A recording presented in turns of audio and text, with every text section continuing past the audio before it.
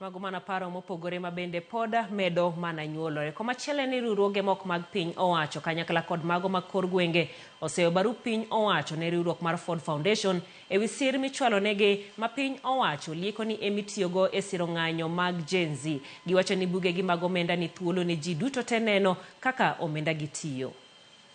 Odiochieng' achiel tok piny owacho ndiko ne riwruok mar Ford Foundation kadwaro ler ewi omenda magisiro go riwruoge mamoko pacho ka. Moko kuom riwruoge go owuok oko mar seyo piny owacho ewi lieko ni gisiro ng'anyo. We are deeply concerned by the recent letter by the government of Kenya implying that civil society organizations fund and support unlawful behavior and unruly protests, which are a stark contradiction to our work. We see the intimidation of civil society organizations as an extension of ongoing general repression against civic space and human rights defenders. Sheila Masinde ma Transparency International omedo seyo piny owacho kowacho ni weche magilieko kuomgi gin mago mag ketho nyinggi kendo thiro chenro magitimo pacho ka e kedo ne ratich oganda kod keto sirikal tesre. We categorically repudiate these unfounded accusations and ask the government to remain true to the Constitution and protect independent civil society organizations and the media in Kenya.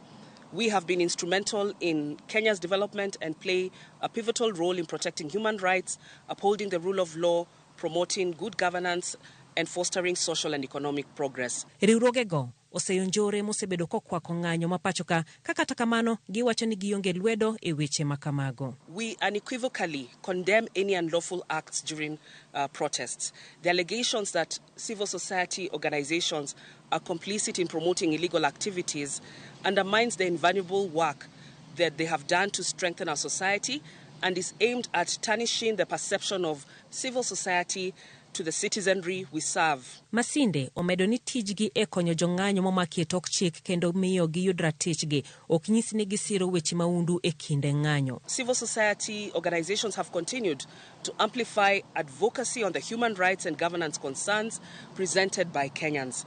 These actions, which civil society organizations have championed over a long period, should not be misconstrued as support for the acts of lawlessness and violence meted against Kenyans, and which civil society organizations have consistently called out all through the protests. Giseyo piny owacho kuom donjo e tijegi mar miyo gi luoro. Mae timore e sama rowere moko nomonjo apis jakedne ratich oganda Boniface Mwangi e apaya ma Oloitoktok e boma ma Nairobi. In recent weeks, prominent human rights organizations in the country have been subjected to an increase in acts of intimidation, harassment and threats by the authorities. We call upon the government and all stakeholders to protect the Kenyan civic space. CSOs must be allowed to operate without undue interference or baseless accusations. Kaluwore kod kwayo mar piny owacho mondo gichwal nonro mar omenda magiyudo, giwacho ni bugegi mag omenda ni thuolo ne ng'ata ng'ata ng'iyo ka gimedo ni gionge luoro mora mora. We are financially accountable.